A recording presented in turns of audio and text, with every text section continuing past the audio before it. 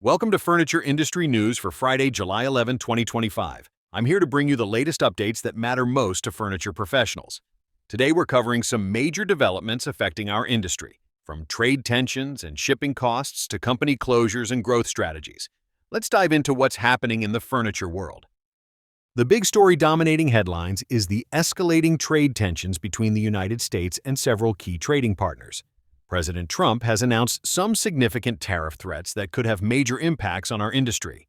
Just yesterday, he threatened to impose a 35% tariff on Canadian imports starting August 1st, unless Canada makes what he calls unspecified concessions. This follows similar warnings sent to other trading partners this week. The letter to Canadian Prime Minister Mark Carney accused Canada of financial retaliation through its own tariffs and criticized efforts to halt drug shipments across the border. What makes this particularly concerning for furniture professionals is that these tariffs could override protections under the United States-Mexico-Canada Trade Agreement, which currently exempts many key goods from levies. If enacted broadly, these tariffs could significantly impact furniture imports from Canada and disrupt established supply chains that many companies rely on. But Canada isn't the only country facing new tariff threats. Trump has also announced a 50% tariff on all goods imported from Brazil, also starting August 1st. While Brazil might not be a major furniture supplier for most companies, this shows the broader pattern of trade tensions that are creating uncertainty across all import categories. The letter cited several reasons, including what Trump called unfair legal proceedings and censorship orders against U.S. social media platforms. These tariff announcements are happening at a time when container shipping rates are actually declining. According to the latest data, global container shipping rates fell 5% this week, marking 4 straight weeks of declines. Spot rates from Shanghai to Los Angeles dropped 8%, while rates to New York fell 5%. Analysts say this decline is due to weak demand following a temporary surge in imports after earlier tariff suspensions. While lower shipping costs might seem like good news, the uncertainty around future tariffs is making it difficult for companies to plan their import strategies. Speaking of industry challenges, we're seeing some difficult news from established furniture manufacturers. Howard Miller, the family-owned clock and furniture maker with nearly 100 years of history, announced it will close its operations by early next year.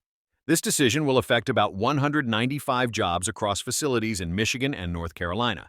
The company cited a struggling housing market, rising inflation and interest rates, along with tariffs that disrupted supply chains and increased costs as the main factors driving this decision. Howard Miller's story is particularly telling because it shows how multiple pressures are hitting furniture manufacturers at once. The company worked with an investment banker to find a buyer but couldn't secure one. Production will continue through the fourth quarter of 2025, with the business staying open into 2026 to sell off remaining inventory. This closure affects not just Howard Miller but also Heckman Furniture Company, which Howard Miller acquired in 1983. However, not all furniture manufacturers are struggling. Bassett Furniture showed that companies can succeed even in challenging times by focusing on cost-cutting and on operational efficiency. Bassett reported modest revenue growth and returned to profitability in its second quarter. The company posted consolidated sales of $84.3 million, up 1.1% from the same period last year. More importantly, they turned an operating loss of $8.5 million from last year into an operating income of $2.5 million this quarter. Bassett's success comes from strategic restructuring and cost containment measures they implemented in 2024. Their wholesale sales rose 3.1%, while retail sales climbed 7.5%. The company's CEO, Rob Spillman Jr., highlighted that their U.S. manufacturing base positions them well to serve both wholesale and retail markets, especially as trade uncertainties continue to affect import costs. The retail landscape is also facing headwinds. According to the National Retail Federation, retail sales slowed across nearly all sectors in June, marking the first monthly decline since February. This slowdown is happening amid what the NRF calls prolonged uncertainty surrounding the economy, tariffs, and trade policy. Core retail sales fell 0.32% month-over-month in June, and furniture and home furnishing stores were hit particularly hard, dropping 1.04% month-over-month and 1.14% year-over-year. The NRF's analysis suggests that consumers are adopting a wait-and-see approach with their household budgets due to economic uncertainty. While people still have the ability to spend on priorities, the ongoing trade policy uncertainty is affecting consumer confidence and purchasing decisions. This cautious consumer behavior is something furniture retailers need to factor into their planning. In the face of these challenges, some companies are finding success by focusing intensely on customer experience. Dutch Crafters, the Amish furniture retailer, conducted a study showing how customer-centric approaches can drive growth even in difficult times. The company achieved a Net Promoter Score of 80 in 2024, which exceeds industry benchmarks. Their success comes from hiring dedicated customer care representatives to manage each order from production to delivery, creating specialized employee working groups to monitor large orders and limit errors, and opening physical showrooms to provide in-person shopping experiences.